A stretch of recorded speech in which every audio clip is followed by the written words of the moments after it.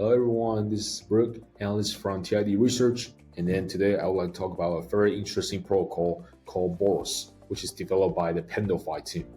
And to understand how Boros work, we need to first understand what is an interest rate swap. Interest rate swap, or IRS, is a very popular tool or the derivative in TradFi. And just like its name, it's basically a contract that's defining how the swap should be executed between the two parties regarding the interest rate payment. And then you might be thinking about, why do I want to swap the interest rate? And by interest rate, what kind of interest rate I'm talking about here? So let's assume you're running a company and the interest rate, like right now, is very low, and you manage to secure a floating rate loan from the bank to finance your daily operation. And however, right now you're looking at the economy, and then you're looking at the Federal Reserve talks. You realize that it's highly likely the interest rate going to be higher in the future. It means that because you're borrowing from the bank with a floating rate loan, it means that if the interest rate is higher, the borrowing cost you need to pay to the bank is also higher. You're thinking, if there's any way for me to avoid this, but I don't want to unwind the loan. Unwind the loan means I need to pay back the bank right now, but I still need the money. Money is still required for the daily operation. If there's any way for me to avoid the risks of the elevated interest rate payment while still maintain the high capital efficiency, and the solution is that you can actually use the interest rate swap. So the interest rate swap is a derivative, and naturally there's embedded leverage. So by buying an interest rate swap, you can actually swap your floating rate payment into a fixed rate payment. So let's look at how it works. So you can see that an interest rate swap is like a fixed to float. So when I'm saying that I'm buying the interest rate swap, it means that I'm actually wanting to pay the fixed rate and then receive the floating rate. And by the rates, there's going to be underlying. So you can define the underlying here. And then most of the time, the underlying in the financial market we're talking about is the SOFR, which is the secure overnight financing rate. So it means that if I'm buying an interest rate swap from a bank, and the benchmark or the reference underlying rate is actually the SOFR. So it means that if I'm buying the IRS, I want to pay fixed and receive floats. So the bank will give you the quote about the price of the IRS. So right now, if, like for example, I say that the SOFR is at 1%, and the bank quote the IRS based on top of the SOFR at around 1.5%, and the term for the IRS is 3 years, and the payment frequency is 3 months. So it's when I buy the IRS, essentially that in the next 3 years, every 3 months, I'll need to pay 1.5% to the bank, and the bank will need to pay me the SOFR rate is on the payment date. So it's a kind of like exchange of the fixed to floating, or floating to fixed payment. Just go back to the scenario we were talking about earlier. So I'm running a bank, I have a rate loan, I don't want to pay back, but I think the rate's going to be higher. So I can buy an IRS because I'm paying the rate loan. And most of the time, the bank's rate loan is directly tied to the benchmark rate. In the US, this rate quite often has something to do with the SOFR, so secure overnight financing rate. So I buy the IRS with the bank, and the bank says in the next 3 years, every 3 months, I'm going to pay you whatever it is, but you need to pay me a fixed rate.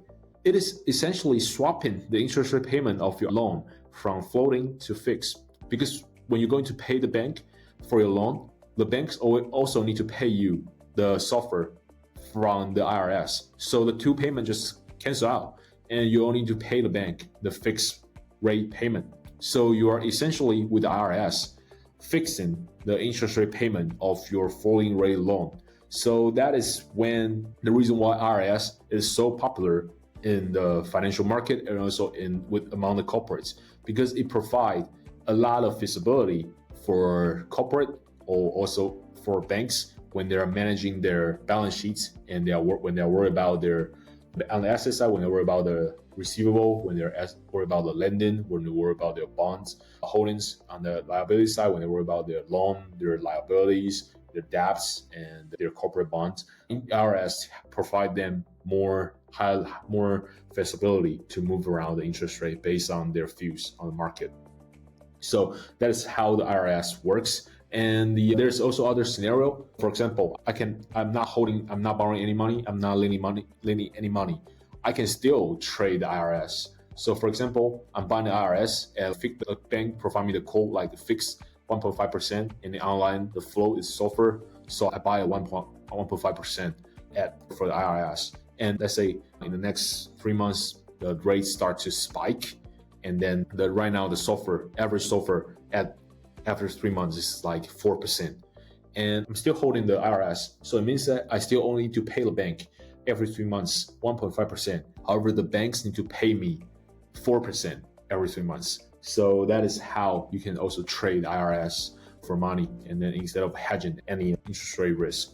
So that is the IRS. And then if you look at Boros, you'll realize that Boros is actually building the on-chain IRS. But online is not a dApp, it's not a corporate bond, but online is the funding rate. So it's a Binance, BTC, USDC funding rate. Here, online APR is the funding rate, and then the mark APR is the quote, is the last traded price from the market for the fixed rate. So if I buy this IRS right now, it means that every 8 hours, so that's the Binance funding rate settlement frequency, every 8 hours for the next 44 days, I'll need to pay, if I buy at the current market level, I'll need to pay 8.44% of the APR. And every hour, I'll receive whatever the funding rate is on Binance in the last 8 hours. So that's how this IRS work. So you can long rate, means that you pay fixed, receive online funding rate. Or you can short rate, means that you receive fixed and then you pay the online. And by shorting rate, it means that you believe the rate is going to drop. And if you like receiving fixed, paying float, when the rate drops, it means that you are receiving more than you're paying. So that's the reason why short rate means that to receive fixed, pay online. And then keep in mind that whether you're long rate or short rate, you're trading the derivatives. And by trading the derivatives, it means that you are not actually trading the BTC USDT. So it's actually very easy. So you just need to provide collateral and say, I'm providing 1 BTC. However, I want to have 10 BTC worth of the exposure to the funding rate. So that's essentially a 10 times leverage. However, right now, because the Boros is still doing the testing, they only allow, I think, like less than 2 times the leverage. That is how the idea works. And keep in mind, it is always the embedded leverage. Just anything that comes with leverage, the profit or the loss can be amplified. Also, because right now the rate is already confirmed, and also we have online APR.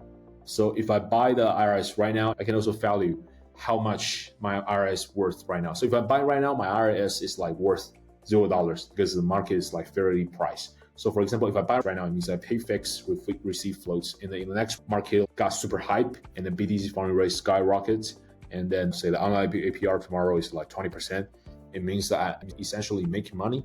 So it means that my RS position right now is no longer $0. Okay, it can be actually like 10 to 20 or $100,000 depending on the size of my notional. But the dollar value of that can be calculated. Yeah, so that's how Boros work. And let's look at some use case on how you can use Boros. Of course, it's still in the early testing phase, but when there are more and more assets listed, more and more assets integrated, there are going to be a lot more application. So first one is the funding rate payment. So for example, you are trading the BTC, and then you are very optimistic about the later BTC movement. However, the funding rate is like super high, and then but you don't want to unwind your BTC long position because you believe there's upside potential. That is when you can buy the IRS. It means that you're holding a long perp BTC position, and then you're holding a long IRS position on that BTC funding rate. It means that you are receiving floats and then paying fixed. It means that you're essentially locked in the funding rate you'll need to pay. And then you can actually wait for the IRS price to drop and to buy a dip. And therefore, you can lock in a very low fixed APR that you'll need to pay, and then use the rate payment to pay for your funding rate. And it means that essentially your funding rate risk is hedged, and then you can still maintain your upside potential, and while no need to worry about the spike in the funding rate. So that's the first use case. And on the other hand, if you are shorting the perps, you can also use it to fix your funding rate receivable. So the funding rate is like very high, and the market is like super crazy right now. And the BTC funding rate annualized APR is 20%. and then you're shorting the perps. You want to farm the perps, and farm the basis, farm the yield. So you're doing the basis trading on the BTC. And then right now the yield is 20%, and you are thinking if it's possible for me to lock in the 20%, because the 20% of the APR for farming rate is not going to last long, and then market going to find a new equilibrium. So you're thinking if there's any way for you to lock in that. And with IRS, you can actually do that. So I do the base trading, short perp, long spot, and I come to the Boros, I short IRS when it was very hype. So therefore I can get like very high fix. I can receive high fix and paying float. So I can, for example, when the funding rate is like 20%, the fix is probably like 15%. So I lock in that, I need to pay, and I can receive 15% and then pay the floating rate, and therefore to lock in my funding rate receivable. So that's also the use case for basis traders. And so let's say if we're doing the cash and carry strategies. So cash carry means that you are doing the basis trading. So you're holding spot and then shorting perps. So the cash and carry, just like what we're talking about, you can actually fix in the yield. So that is the use case for Boros IRS. And that's also very common in traditional finance when people are doing the basis trading.